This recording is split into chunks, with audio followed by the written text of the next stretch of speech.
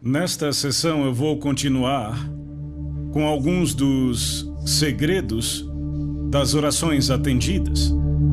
Na verdade, eu vou tratar de uma chave específica que é essencial para a oração efetiva. E embora esta chave seja claramente apresentada por toda a Bíblia, desde o Antigo Testamento até o Novo, eu penso que a maioria dos cristãos não atenta para a sua existência. E eu creio que a falha em usar esta chave sobre a qual eu vou falar é uma das causas principais da ineficácia no corpo de Cristo. Você já deve estar pensando, que chave é esta? E eu posso dizer que quando você ouvi-la, provavelmente você não dirá glória a Deus. Eu quero voltar mais uma vez ao Sermão da Montanha, onde Jesus está dando instruções sobre como orar. E eu quero pegar duas passagens paralelas. A primeira está em Mateus capítulo 6, versos 5 e 6, onde Jesus diz: "E quando orarem, não sejam como os hipócritas", e aí ele descreve como os hipócritas agem. E aí ele diz no versículo 6, "Mas quando orarem", e aí ele diz o que fazer. Então ele usa a frase "quando orarem" duas vezes. Da primeira vez, ele começa com uma negativa: "Não orem como os hipócritas". Mas ele não termina aí. Ele conclui com uma positiva: "É assim que vocês devem orar", e na verdade nós dedicamos a nossa última sessão a analisar o padrão que ele nos deu. Mas agora eu quero avançar no mesmo capítulo 6, para os versículos 16 e 17. E aqui ele apresenta uma outra dimensão da oração. E ele diz: "Quando vocês jejuarem, não sejam como os hipócritas". Mas ele não para com a negativa. Muita gente acha que ele termina aí. Mas ele continua no versículo seguinte: "Mas quando vocês jejuarem", e aí ele nos diz como fazer isso de uma forma aceitável a Deus. Agora, eu acho que vocês percebem que há um paralelo bem próximo entre o que Jesus diz sobre orar e o que ele diz sobre jejum. Primeiro ele diz: "Quando vocês jejuarem", e aí ele diz: "Não façam desta forma, façam daquela". Agora, na minha opinião, a frase "quando vocês orarem" indica que Jesus espera que os discípulos dele atentem bem a isso. Quando vocês orarem, Jesus espera que os seus discípulos orem. Quantos aqui concordariam que essas palavras indicam que Jesus estava considerando que nós, os seus discípulos, oraríamos? Ele não diz "se vocês orarem", ele diz "quando vocês orarem". E eu imagino que a maioria de nós aqui concorda que o Senhor espera que nós, como cristãos, oremos regularmente. Não está certo? Ok, agora nós passamos para o próximo estágio e ele não diz "se vocês jejuarem", ele diz "quando vocês jejuarem". O que é que isso indica? Isto indica que ele espera que jejuemos da mesma maneira que ele espera que oremos. Não parece lógico? Você está aqui comigo, ainda que talvez relutantemente, mas ainda está comigo? Bem, não fique relutante. Eu concordo que esse assunto do jejum não é um daqueles para os quais dizemos facilmente glória a Deus, mas eu garanto a vocês que quando aprenderem sobre ele, vocês dirão glória a Deus. Vocês dirão obrigado, Deus, por nos dar esta chave. Veja, as palavras de Jesus sobre oração e jejum são absolutamente e exatamente paralelas. Quando vocês orarem, não orem desta forma, mas orem desta. Quando vocês jejuarem, não jejuem desta forma, mas jejuem desta outra. Então Jesus põe a oração e o jejum exatamente no mesmo nível. Minha conclusão é que, se ele tem expectativa que oremos, ele também espera que jejuemos. E eu me alegro muito porque eu tenho um grande predecessor no ministério que chegou à mesma conclusão. Na verdade, a muitos deles, Lutero chegou à mesma conclusão, mas aquele sobre o qual estou falando é John Wesley. E eu li o diário de John Wesley há alguns anos e ele mexeu comigo e me estimulou. E ele disse algo parecido com isto. Eu estou convencido que se um cristão entendeu a necessidade de jejuar e não pratica o jejum, ele vai se desviar com a mesma probabilidade de um cristão que entendeu a necessidade de orar e não ora. E John Wesley não ordenava para o ministério metodista nenhum homem que não se comprometesse a jejuar todas as quartas e sextas até as 4 da tarde. Era um requisito básico para ser ordenado no ministério metodista.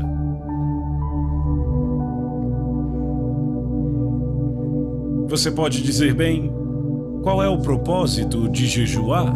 É só para tornar a vida mais difícil para mim? Para me negar o prazer?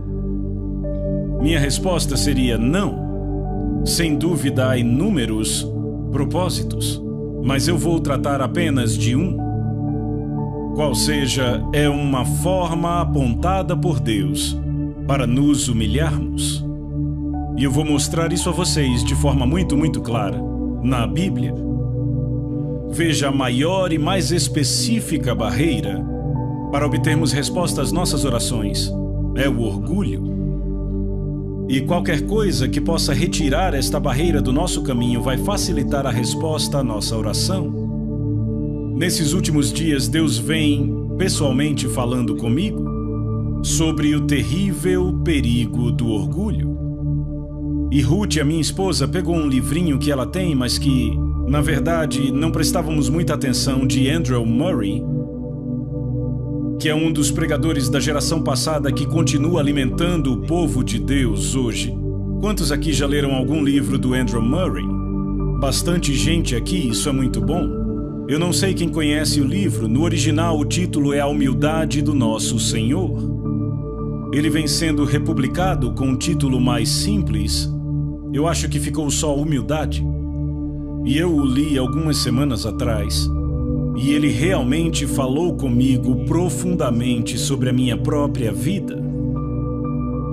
Eu já odeio o orgulho há anos, mas eu obtive uma nova visão do quão perverso e do quão maligno o orgulho é, e de como ele nos afasta de todas as bênçãos que Deus tem para nós. Essa mensagem vai por toda a Bíblia. É uma verdade universal. Ela não foi demonstrada primeiramente na Terra. Sabe, a primeira demonstração do mal do orgulho? Qual foi o primeiro pecado da história do universo? Me digam. Orgulho, sim, quem cometeu o pecado? Lúcifer, isso mesmo, um anjo no céu.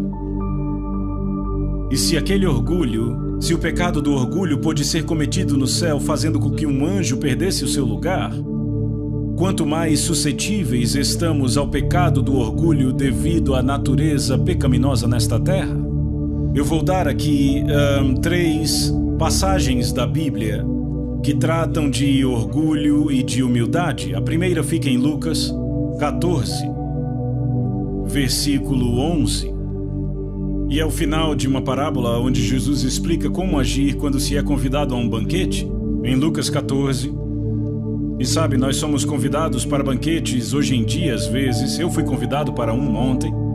E Jesus disse, ele era tão prático.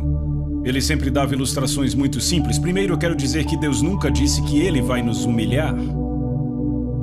Ele sempre nos diz para nos humilharmos. Eu digo às pessoas, Deus podia te humilhar, mas só você pode se fazer humilde. Não ore, Deus me torne humilde, porque essa não é uma oração bíblica e, além do mais, provavelmente você se arrependerá dos resultados desta oração. Algumas semanas ou meses depois, quando você se encontrar na situação mais humilhante e perguntar, Deus, como eu vim parar aqui? Bem, você orou.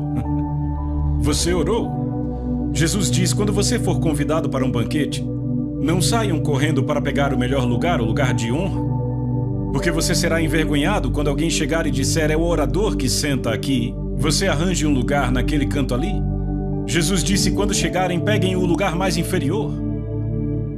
Muito sábio, quando você está no fundo, não tem mais lugar nenhum para ir, a não ser para cima. Não sei se vocês conhecem uma oração de um homem chamado John Bunyan.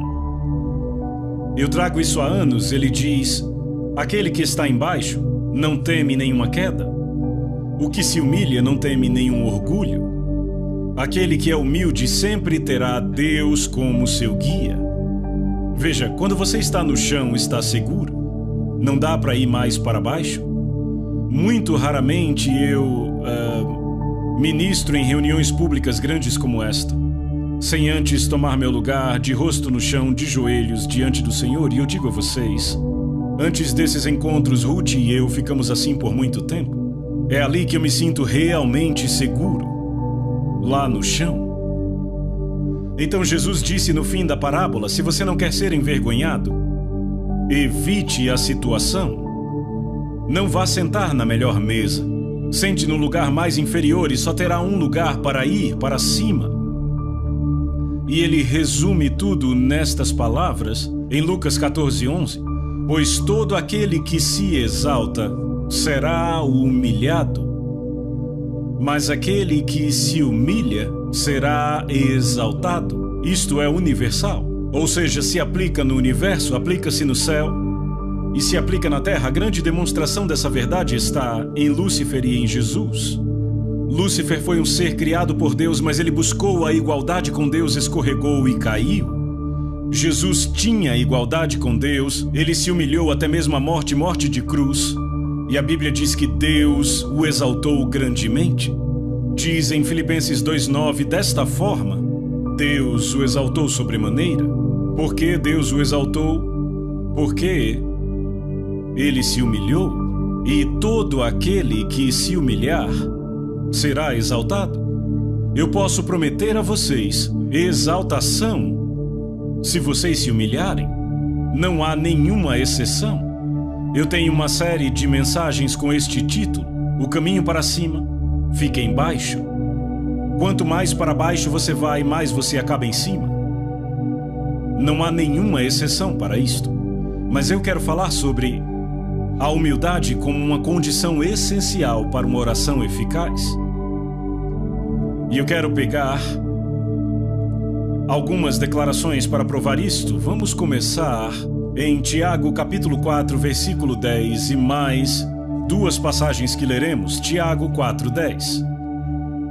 Humilhem-se diante do Senhor e Ele os exaltará. Notem que ele diz humilhem-se, não diz ao Senhor para fazê-lo.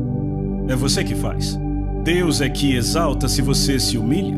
E uma passagem muito semelhante em 1 Pedro, capítulo 5, eu e Ruth proclamamos esta antes da mensagem passada. Verso 6, portanto, humilhem-se debaixo da poderosa mão de Deus para que Ele em tempo oportuno os exalte. O verso anterior diz, Deus resiste aos soberbos, mas dá graça aos humildes. Então, se você vai até Deus em oração com o seu orgulho, Deus estará te resistindo. E adivinha quem empurra com mais força? Você não pode se aproximar de Deus em orgulho. Lá em Salmos diz que o Senhor conhece os orgulhosos de longe, e Ele os mantém longe. Não há acesso a Deus com orgulho. Então, qualquer coisa que nos permite nos humilharmos é uma bênção que não tem preço, mesmo que não seja muito agradável na hora. E uma das formas bíblicas apontadas para nos humilharmos é jejuando. E eu vou mostrar isso direto da Bíblia. Eu quero começar com uma declaração de Davi, uma declaração muito simples, em Salmo 35, versículo 13, onde ele diz, eu humilhava a minha alma com o jejum. Algumas traduções dizem eu afligia a minha alma, mas no original em hebraico é eu humilhava a minha alma. Por que você precisa humilhar a sua alma? Bem, a sua alma é a parte arrogante em você.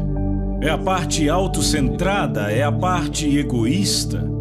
Sua alma tem 3 funções principais: a vontade, o intelecto e as emoções.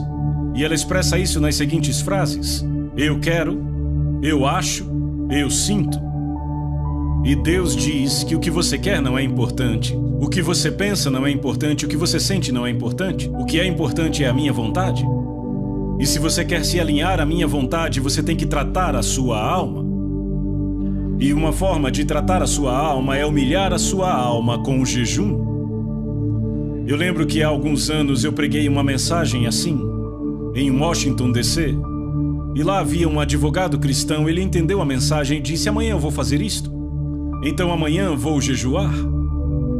E ele fez, e ele teve um dia miserável. Toda vez que ele passava por um restaurante, sentia o cheiro da comida. Quando passava por uma confeitaria, ele parava, olhava para a vitrine. Foi um dia miserável.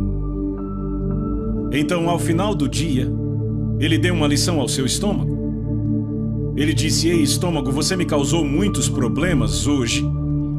Você me trouxe vários desconfortos desnecessários. Então, por isso, eu vou te punir. Eu vou jejuar amanhã também. Veja, isto é humilhar a sua alma. É trazê-la à sujeição. Deixa eu dizer isto. O estômago é um maravilhoso servo, mas é um mestre terrível. Quem é o mestre em sua vida? Você ou seu estômago? Boa pergunta. É uma pergunta que todos temos que fazer. Acredite, pessoas no ministério não estão isentas desta pergunta. Eu já lutei batalhas contra meu estômago várias vezes. Mas quando obtive a vitória, eu fui abençoado. Nem sempre imediatamente, nem sempre dramaticamente, mas de um jeito ou de outro, eu recebi a bênção de Deus. E aí, se eu me torno arrogante, a bênção de Deus se afasta. E eu digo: Deus, o que acontece? E Ele gentilmente indica de uma forma ou de outra: você se tornou orgulhoso e autocentrado de novo, quis do seu jeito. Você está deixando sua vontade e sua alma falarem. Ela tem que ser trazida à sujeição à minha vontade, à minha palavra e ao meu jeito. Então vamos ver alguns exemplos, na verdade apenas 2. Vamos ver o dia da expiação. Em Levítico capítulo 16, versos de 29 a 31. Levítico capítulo 16, versículos de 29 a 31. Veja, este é um capítulo bem longo. E são as ordenanças para o dia da expiação, que o povo judeu chama de Yom Kippur. E este é o dia mais sagrado do calendário judaico até hoje. E ele descreve a maneira como Deus ordena o sacrifício pelo perdão dos pecados de Israel. E tudo dependia daquele sacrifício, todo o futuro e destino daquela nação dependia do sacrifício. Mas no meio da descrição do sacrifício, Deus também requer uma resposta do seu povo. E a resposta que ele requer é que eles afligiriam suas almas. Esta é a tradução comum. Mas a palavra traduzida como afligir é mais frequentemente encontrada como humilhar. Então Deus requer que o seu povo humilhe suas almas. E esta é uma verdade muito significante.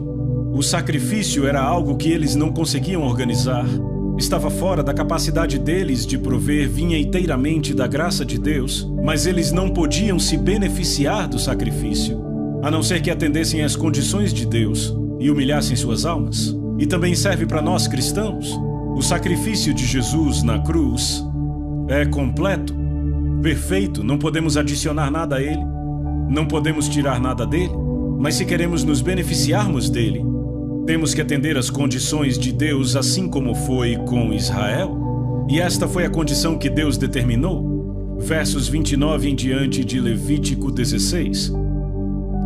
Isso vos será por estatuto perpétuo. No 7º mês, aos 10 dias do mês, afligireis a vossa alma. E nenhuma obra fareis, nem o natural, nem o estrangeiro que peregrina entre vós, Porque naquele dia o sacerdote fará expiação por vós, para purificar-vos, e sereis purificados de todos os vossos pecados perante o Senhor. É sábado de descanso solene para vós outros, e afligireis a vossa alma. É estatuto perpétuo. Agora, o povo judeu sempre entendeu muito bem, e com bastante precisão, que a frase afligireis a vossa alma significa jejuar. Ficar sem comida, de fato e de verdade. Naquele dia, normalmente ficavam sem comida, nem bebida. A propósito, deixa eu definir jejum para que possamos avançar. Minha definição de jejum é se abster de comida para propósitos espirituais. Frequentemente também de bebidas, mas, falando de forma geral, não é. E se você se abstém de líquido, cabe a você decidir. Mas o que eu quero apontar aqui é que era requerido a Israel humilhar a sua alma para receber o benefício do sacrifício feito em seu favor. E o povo judeu, por cerca de 3.400 anos, sempre soube que humilhar sua alma significava jejuar. Na verdade, esta é uma prática que não foi quebrada na história desde os tempos de Moisés até hoje. No dia da expiação, eles afligem suas almas, jejuando. E no Novo Testamento, em Atos capítulo 27, versículo 9, este dia é chamado Dia do Jejum, que é a confirmação no Novo Testamento do entendimento de que afligir nossas almas é jejuar, é trazer nossas almas à sujeição, é não permitir que nossa alma dite algo para nós ou para Deus, é nos submetermos a Deus. E eu reforço meu ponto com uma conversa que Deus teve com a terra, quando Ele nos comunica que a resposta que Ele quer de nós, da mensagem da graça, é apresentarmos nosso corpo. Não é algo lá em cima, voando no etéreo. É algo bem aqui embaixo na terra, prático. E quando Deus diz, eu quero que vocês se humilhem uma forma, e de jeito nenhum é a única forma, uma forma, é jejuando. E então lemos a respeito do retorno dos exilados, depois do cativeiro da Babilônia, em Esdras capítulo 8. Esdras recebeu a tarefa de liderar um grupo de exilados da Babilônia até Jerusalém. Era uma jornada de 4 meses. Naqueles dias, e tinham que passar por um território onde havia bandidos, ladrões e inimigos de Israel. E Esdras tinha consigo não apenas mulheres e crianças, como também os mais preciosos vasos do templo para levar de volta. A questão era como ele conseguiria uma passagem segura. E aqui está a solução de Esdras. Vamos ler em Esdras 8, começando do versículo 21. Então apregoei ali um jejum junto ao rio Ahava, para nos humilharmos perante o nosso Senhor, para lhe pedirmos jornada feliz para nós, para nossos filhos e para tudo o que era nosso. Como foi que eles se humilharam? Apregoaram um jejum, veja, era um jejum público para todo o povo de Deus. E então ele vem com esta afirmação bem interessante, porque tive vergonha de pedir ao rei exército e cavaleiros para nos defenderem do inimigo no caminho. Porquanto já havíamos falado com o rei, dizendo a ele, a boa mão do nosso Deus é sobre todos os que o buscam para o bem deles, mas a sua força e a sua ira contra todos os que o abandonam. Vejam, Esdras se colocou em um lugar pelo seu testemunho, no qual ele tinha que provar aquilo que ele havia dito. Ele disse ao rei, o nosso Deus é o Deus Todo-Poderoso, é o Deus dos céus, ele nos protege. E então ele recebeu a tarefa de levar aqueles exilados de volta numa situação muito perigosa. E ele diz, eu poderia ter ido ao rei e pedido uma escolta, soldados e cavaleiros, mas como isso se encaixaria na minha afirmação que Deus protege o seu povo? Frequentemente acontece conosco, testemunhamos e temos que viver do nosso testemunho. E então ele disse, eu não escolhi o caminho carnal, eu não escolhi o caminho do mundo, eu escolhi o caminho espiritual. Buscar a proteção de Deus não com soldados e cavaleiros, mas jejuando, humilhando-nos diante de Deus, invocando sua proteção. Você lê essa história, mas ele conclui no versículo seguinte, nós, pois, jejuamos e pedimos isto ao nosso Deus, e ele respondeu a nossa oração. E você lê o resto da história, eles passaram em segurança, sem nenhuma perda, nenhum acidente. E em muitas situações, somos confrontados com duas alternativas: tomaremos o caminho carnal ou tomaremos o caminho espiritual. Bem, então deixa eu falar e testemunhar da minha própria experiência.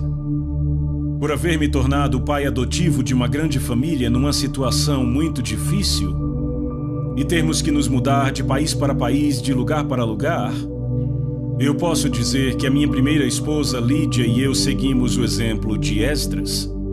Quando tínhamos uma jornada para fazer, jejuávamos e orávamos.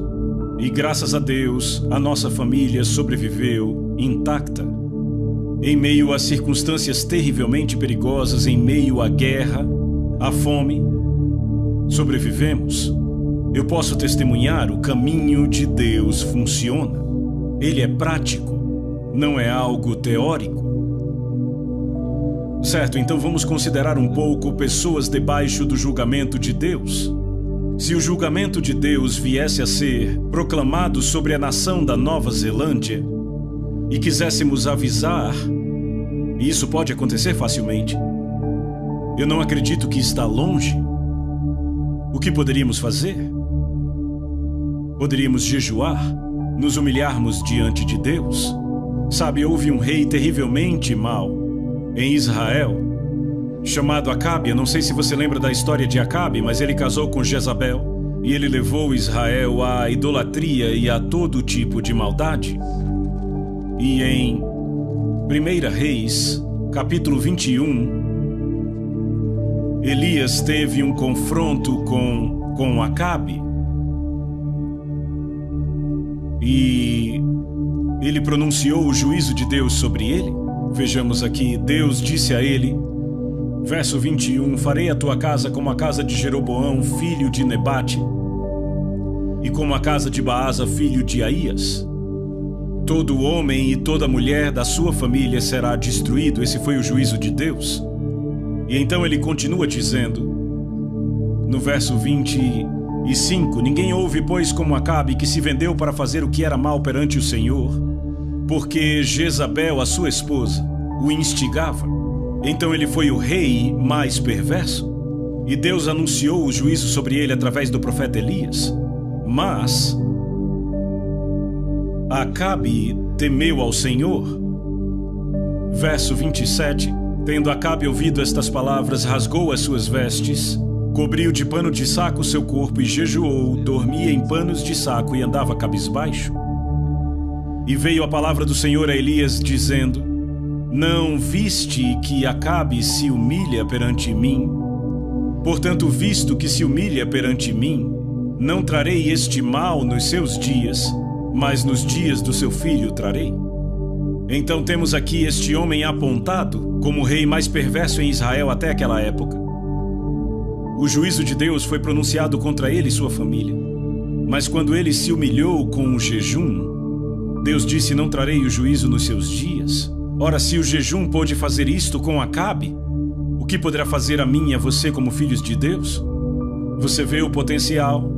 E então, na história de Jonas, na sua mensagem para Nínive, vemos como ele entrou na cidade, uma cidade muito perversa, violenta e má, e ele proclamou que em 40 dias a cidade seria destruída. Aquela era uma mensagem de Deus. Como foi que os habitantes de Nínive responderam? Jonatas 3:6. Chegou esta notícia ao rei de Nínive. Ele levantou-se do seu trono, tirou de si as vestes reais, cobriu-se de pano de saco e assentou-se sobre a cinza. E ele fez toda a cidade jejuar. Até mesmo os animais jejuaram. E ele diz no verso 10, viu Deus o que fizeram, como se converteram do seu mau caminho. E Deus mudou de ideia quanto ao mal que tinha dito que lhes faria, e não o fez. Uma cidade gentia, conhecida por sua maldade, ouviu a mensagem de um profeta uma vez, arrependeu-se e jejuou, e lamentou, e Deus poupou a cidade inteira. E Nínive foi poupada do juízo por 100 anos, desde aquele tempo. Então, se o jejum trouxe isto a Nínive, o que poderia fazer por nossa nação? O que poderia fazer quando o povo de Deus se humilha? clamando por ele. E então, para evitar o desastre, se lermos o livro de Esther, veremos como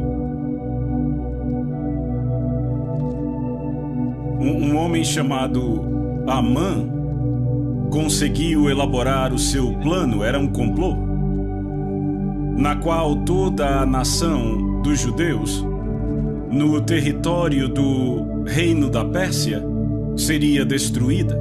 E eu presumo que cada judeu na terra naquela época estava naquele reino porque era constituído de 127 províncias e se estendia da Índia até a Etiópia. E o decreto saiu, mas havia no Palácio Real uma judia cuja nacionalidade não era conhecida, Esther.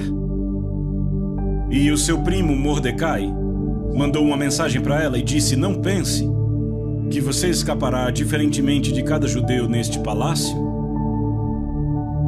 porque quem sabe você não está aí para um tempo como este. E Esther lançou um desafio.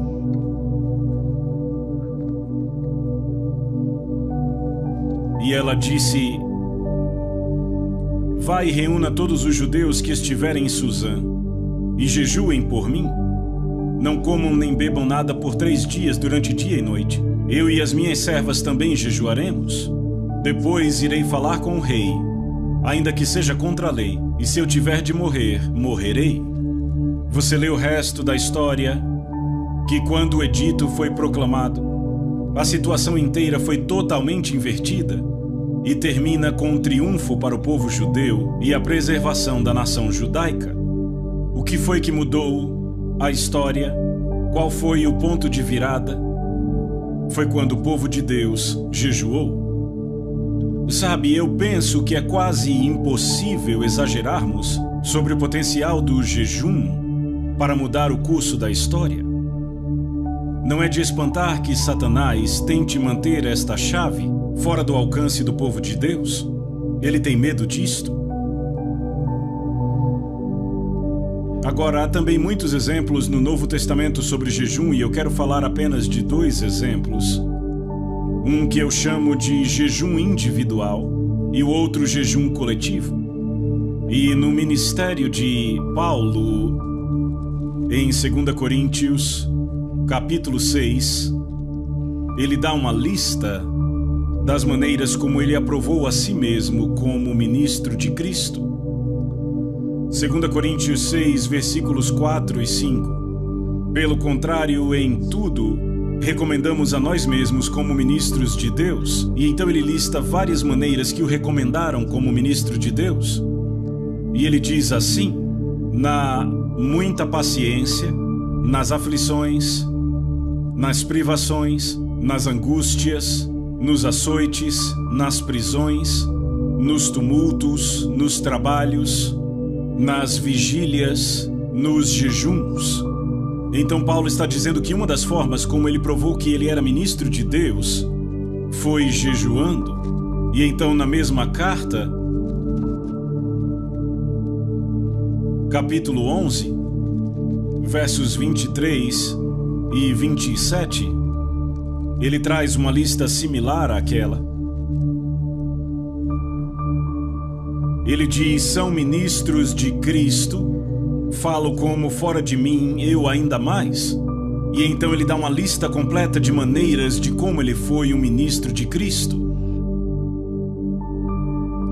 E no verso 27, ele continua a lista: em trabalhos e fadigas, em vigílias muitas vezes, em fome e sede, em jejuns muitas vezes, em frio e nudez. Então ele diz: jejuei muitas vezes.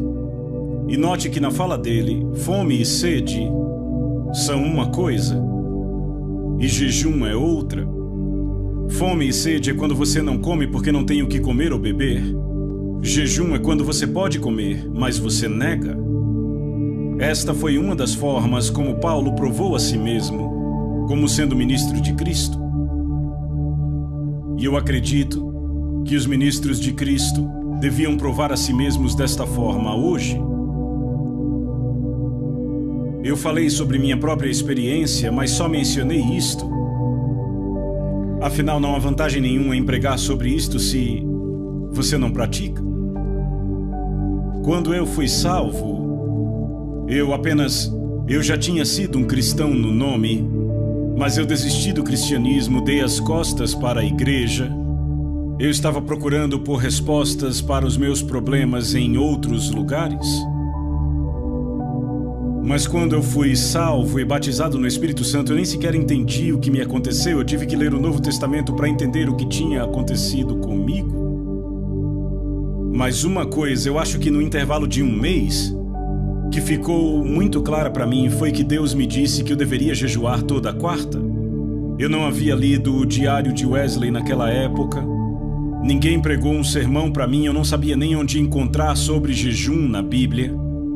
Mas eu simplesmente tinha essa convicção por dentro de que eu deveria jejuar toda quarta.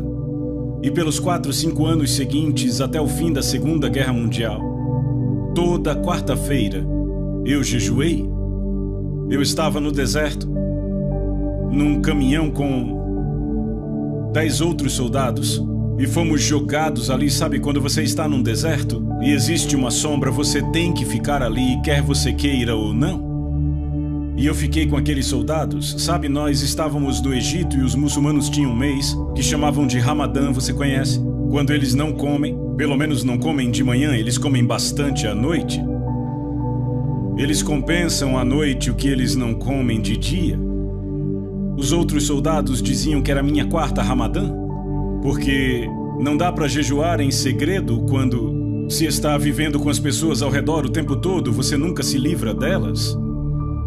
E eu digo que eu nunca teria feito o progresso que eu fiz se Deus não tivesse me mostrado esta chave.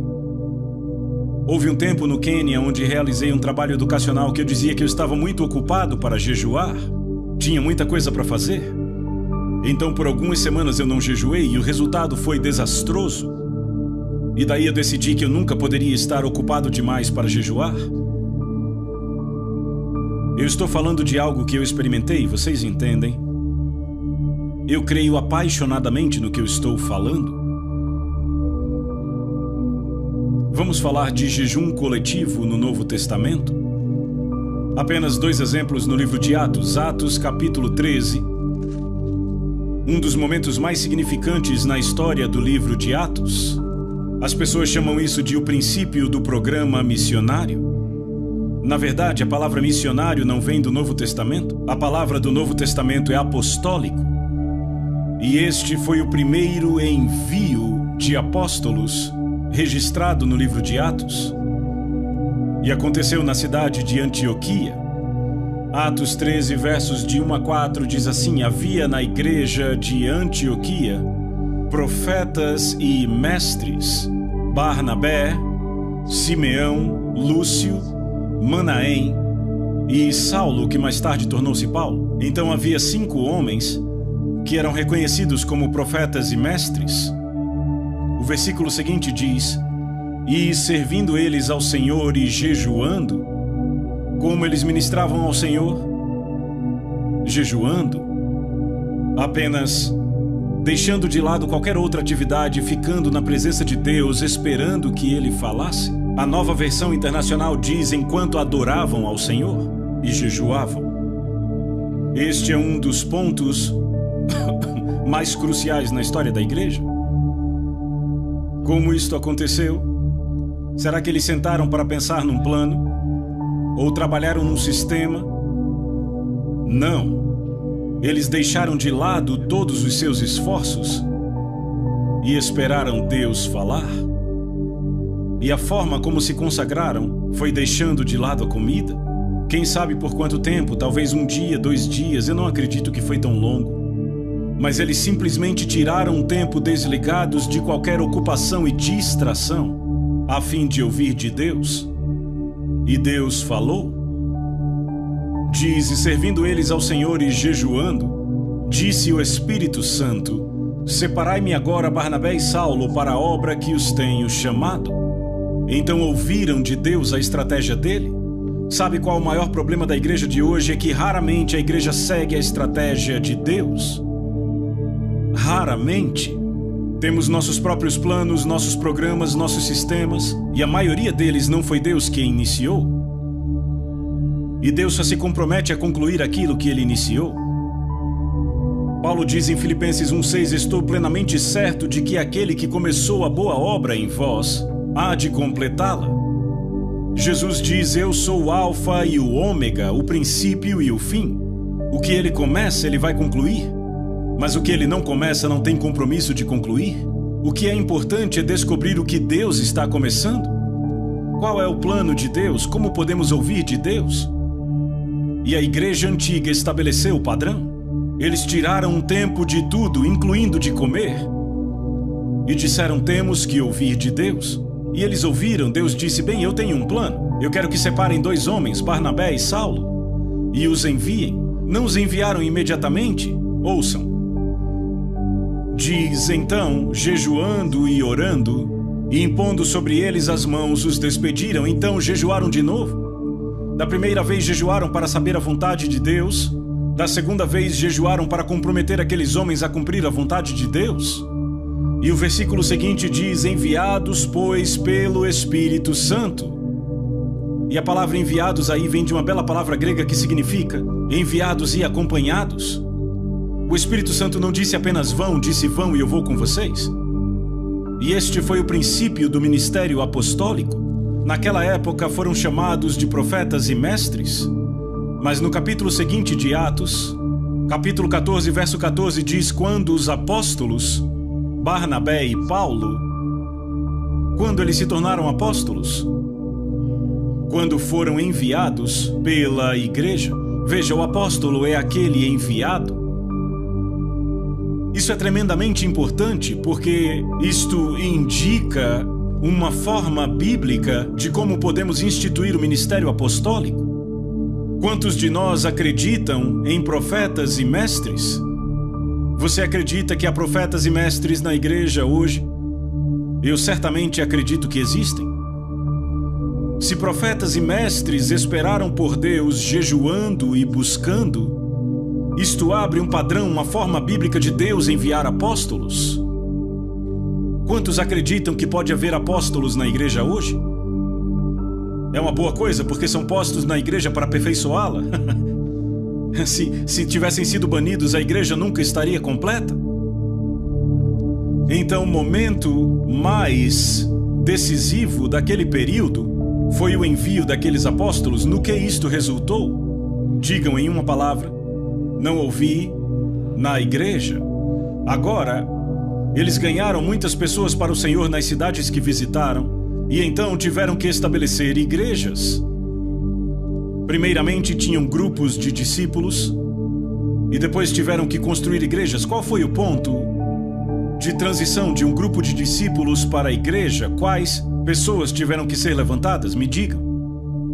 Presbíteros, isso mesmo. Foi aí que os discípulos se tornaram uma igreja, quando surgiram os presbíteros para governar. Então fizeram isso. Lemos em Atos 14, verso 21. E tendo anunciado o evangelho naquela cidade e feito muitos discípulos, voltaram para Listra, Icônio e Antioquia, cidades onde já haviam pregado, fortalecendo a alma dos discípulos, exortando-os a permanecer firmes na fé e mostrando que através de muitas tribulações nos importa entrar no reino de Deus. Então, tendo levantado presbíteros em todas as igrejas e orado com jejum, os recomendaram ao Senhor. Como levantaram presbíteros? Como entraram na mente do Senhor para saber quem seriam? Tem versões que trazem a palavra eleição. Sim, mas foi uma eleição de Deus. Como entenderam a mente de Deus? Qual foi a chave? Não ouvi vocês. Jejum, obrigado. Vocês veem 2 nomeações decisivas na obra da igreja: apóstolos e presbíteros. E na igreja antiga, ambas as nomeações foram alcançadas através da oração e do jejum. Por que esperaríamos fazer de alguma forma diferente em nossa época? Será que podemos melhorar este método? Deus nunca nos pediu para melhorar nada, apenas nos pediu para seguir. Entendem? Aqui está uma chave. E eu estou pondo ela em suas mãos. O que farão com ela? O que os cristãos desta nação vão fazer com esta chave? O que os cristãos da Austrália farão com esta chave? O que os cristãos da Inglaterra farão com esta chave, África do Sul e todas as outras nações onde esta mensagem chegar? Você acha que Deus mudou? Será que encontramos uma maneira melhor?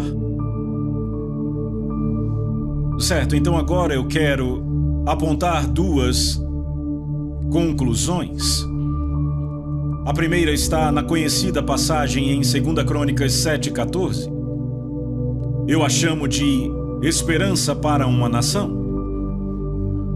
Esperança para uma nação. Quantos sabem o que 2 Crônicas 7:4 diz? Muitos, graças a Deus.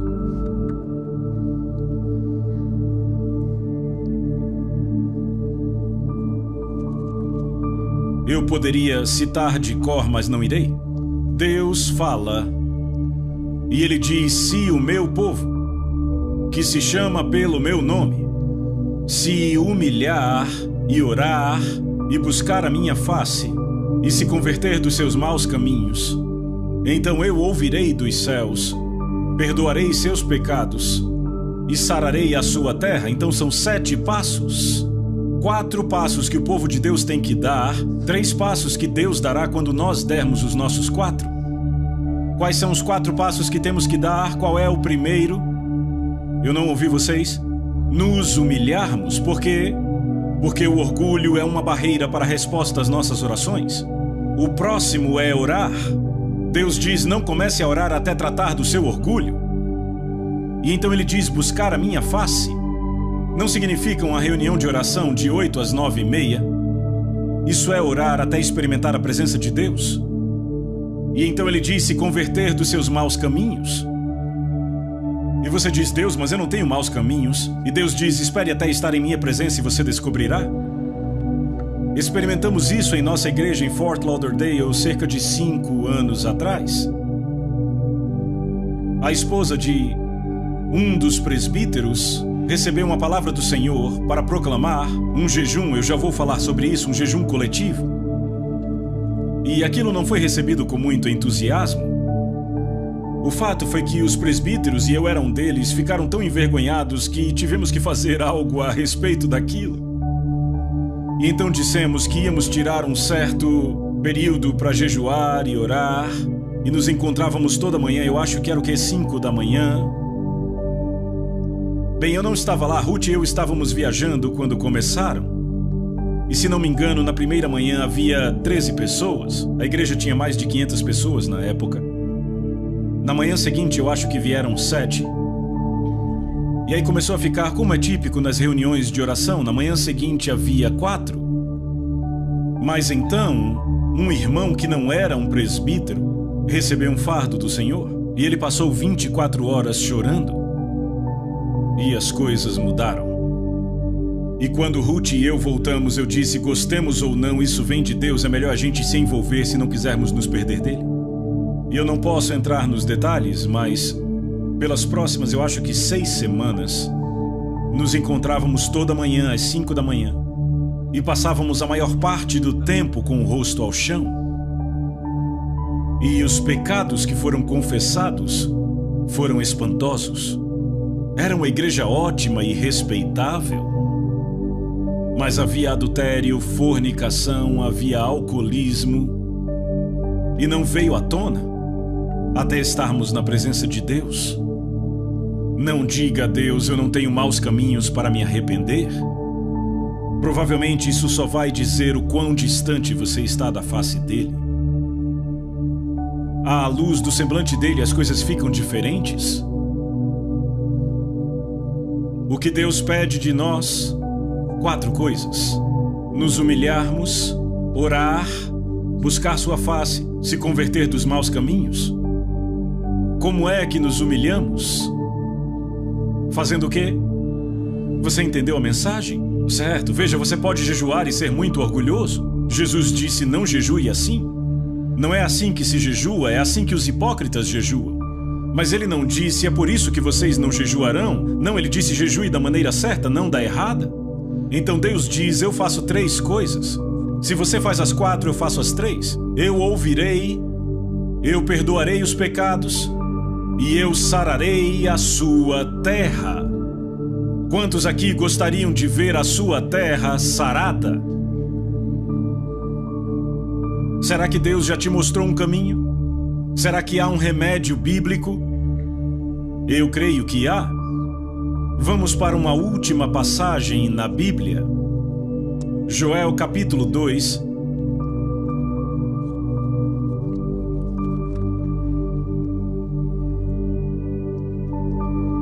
Esta é a passagem de onde as pessoas tiraram a expressão o jejum de Joel.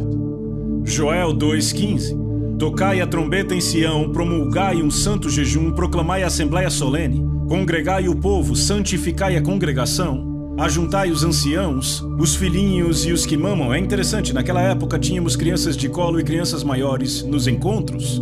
Quase toda manhã lá estavam elas e elas pareciam incomodadas e desapontadas quando seus pais não as acordavam para a oração.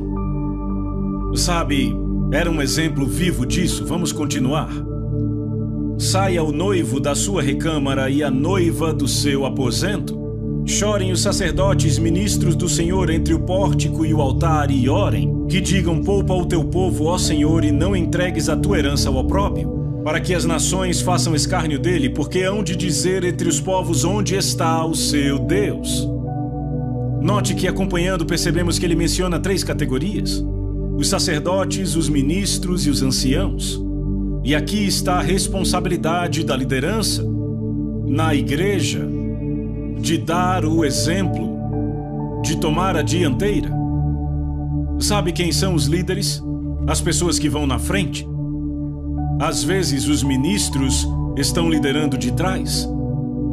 Isto não é liderança. Jesus, no jardim do Getsêmani, levou seus discípulos consigo. E então tomou 3. E eles pararam e diz que ele foi um pouco mais adiante. Isto é liderança? É ir um pouco mais adiante?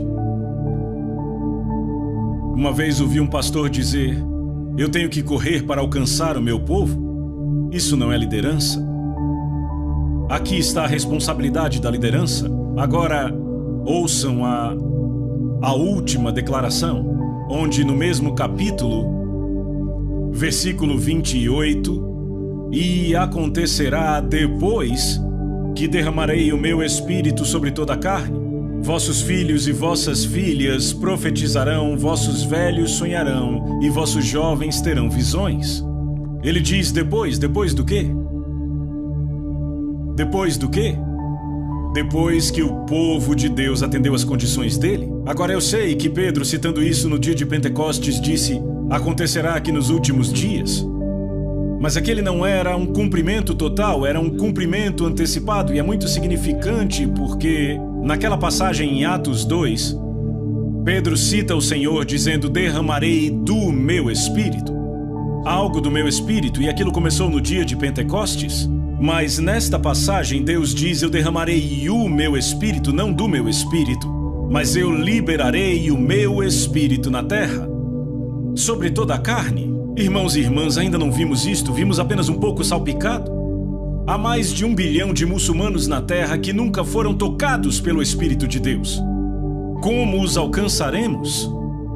O que libertará o Espírito de Deus? Eu digo a vocês, se vocês já lidaram com o Islã, é uma fortaleza impenetrável para uma aproximação natural. Você tem que ir pelos meios espirituais. Qual é o programa de Deus? Convoquem um jejum, santifiquem a assembleia, que os anciãos, os sacerdotes e os ministros mostrem o exemplo. E Deus diz, no meu tempo, quando atenderem minhas condições, eu vou derramar o meu espírito sobre toda a carne. Eu creio que esta é a solução, e eu não acredito que haja outra. E eu creio que Deus nos mostrou na Bíblia o caminho. Vamos curvar as nossas cabeças diante do Senhor. Peça a Deus. Eu quero que você pergunte a Deus. Eu quero que você pergunte a Deus se tudo isso que foi dito vem da parte dele. Ruth e eu estivemos recentemente com Dave e Del Garrett no Havaí, são amigos próximos nossos. E Dave graciosamente orou por estes encontros que estamos tendo aqui. E eles disseram que perceberam que Deus estava para falar alto na Nova Zelândia. Eu creio que esta é a mensagem de Deus para a Nova Zelândia e para o mundo. Vamos derramar os nossos corações por um momento diante do Senhor.